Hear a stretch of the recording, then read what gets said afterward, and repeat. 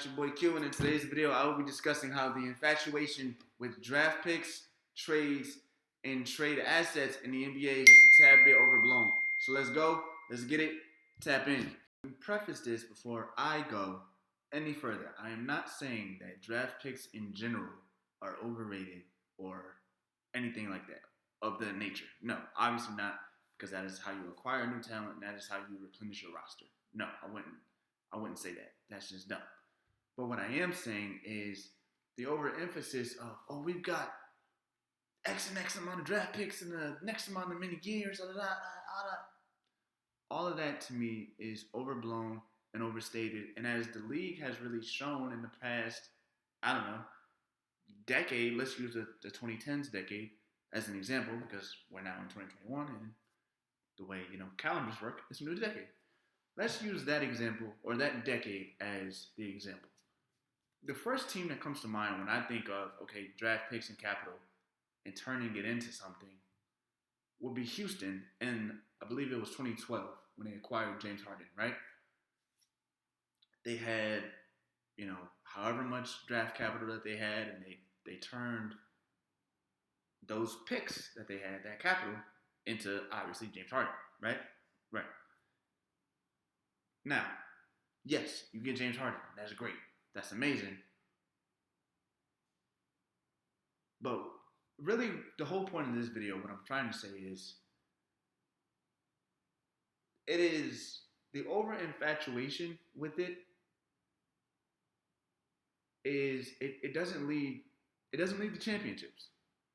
That's basically what I'm saying. Basically having these X amount of picks, this treasure trove of picks or draft capital, it doesn't lead to championships. Like I said, you look at Houston. Why did James just want out? They didn't win, right? No championships, no jewelry, nothing. That's really what I'm trying to say here. Let's use a second example. Boston, right? They made that trade in, I don't remember what year that was. Obviously, but basically where they fleeced Brooklyn. They fleeced Brooklyn, and they were able to take control of, I don't know, Brooklyn's draft for like 5 years or whatever it was. And that's how they landed Jaylen Brown. And then a year later, they landed Jason Tatum. Two great studs. Two bad dudes, right? Probably got one of the best, if not the best, young duo in the league, right? But what's the furthest that they've gone? Same as Houston, just putting this together right now. Same as Houston, the furthest that they have gone or went was conference finals, game 7. Not finals, not championship. What I'm saying to that is, it works, but it doesn't put you over the top.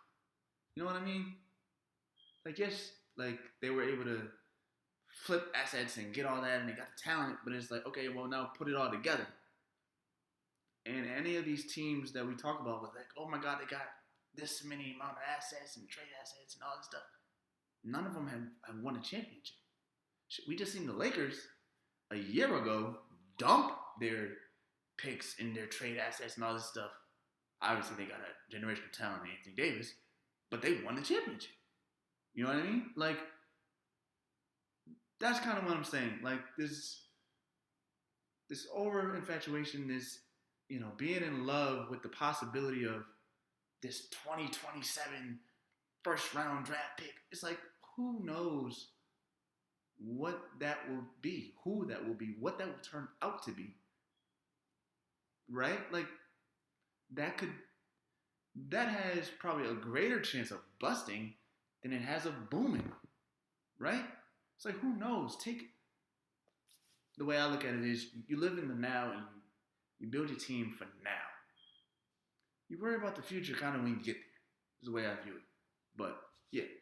Current day examples of teams with, or really just two teams, with a lot of draft capital, a lot of assets and draft picks, all that type of stuff. Obviously, the first team that comes to mind is, Sam Presti and Oklahoma City Thunder. And now with the letting go of, the trading away of James Harden, the the Houston Rockets with that trade that they did with Brooklyn, where they got, you guys know, the 4 unprotected first round picks and 4 pick swaps. Now, I wanna talk about those 2 teams and those situations. And basically, what I want to say about those situations is, like, focus on OKC when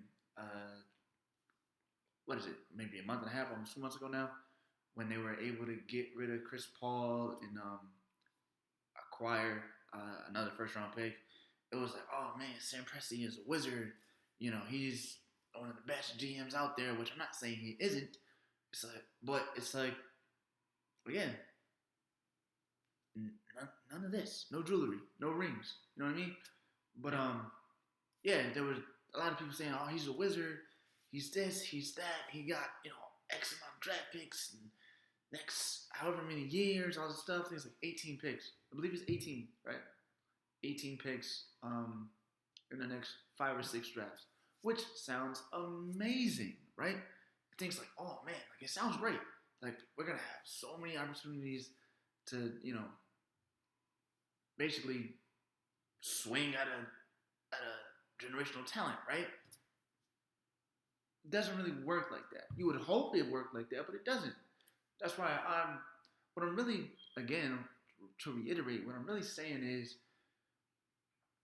that stuff of draft capital and draft picks, all that stuff is imaginative. Deal in reality. Like if I'm saying Presti, you guys tell me if this makes sense or how you feel about this. If I'm saying Presti, who is, with James being gone, who is the next big guy, on the market? Bradley Beal. I've got a shitload of picks. I got way too many. Way too many picks. I got 18 picks in 5 or 6 years. First round picks. What am I gonna do with that? It's not even 18 dudes on the roster. It's basketball. You get 15 dudes max. That's it. Right? Why not take some of those picks and say, Washington? Call up Washington. Hey, I got this pick, I got that pick, I got this pick, I got that pick. For Bradley Beal, what's up with it? You know what I mean? Like, get actualized in real, like I said, deal in reality. Get actualized in real players and real talent. The hope and the wish of, oh, this draft pick this and oh, this draft pick that. That's just not. It's not really tangible to me, right? Like it's not real life. This isn't like, I don't want to say it's not 2K, but it's not 2K, right? Like you got this first round pick. Okay, that's the 28th overall pick. That guy is most likely or more than likely to be out the league in like 3 or 4 years. Like he's way more likely to bust than he is to boom. You know what I mean? Like that's just kind of the way the NBA works. With really those late first round picks, they're crapshoots. But yeah, if I'm him, like you take those draft picks, turn it into something real. Turn it into something that you can put your hands on. Bradley Beal is a real actualized talent, a real life NBA player, and a baller at that, right? Turn those draft picks or that capital into him. Not hold on to it just to see. No, turn it into something. Build a contender, or at least attempt to build a contender. Try to fucking win and get some fucking rings, get some jewelry, because that's what you play for. That's what you play for as a player. And if you're a GM, that's why you're a GM, because you want to put together a championship team, a championship roster. Why not do that? And for Houston, I think Houston should do the same. Houston's in a good spot, right? You got, like I said, 4 first round picks, 4 pick swaps. They're in a great spot, but turn that into something. Go do something. Don't just have it be like you're selling your fans on this. Well, we got picks. We got this. We got all these picks. We got this. We got that. That's false hope. Turn that into something real, into something tangible. That's just, again, probably my 4th time in this video reiterating. That's just how I feel. Don't sell me on draft picks. Sell me a real team. Sell me on real players, on real talent. That's as an NBA fan, that's what I care about. I don't care that you got this 2026 unprotected first round pick. That draft could be the weakest draft that we've seen in a while. Right? You know what I mean? Like who knows what those dudes are probably in like middle school right now. They in seventh grade. They taking classes on Zoom. You know what I mean? Like who knows what those dudes will be? No, get you some real life NBA talent of today and turn it into something.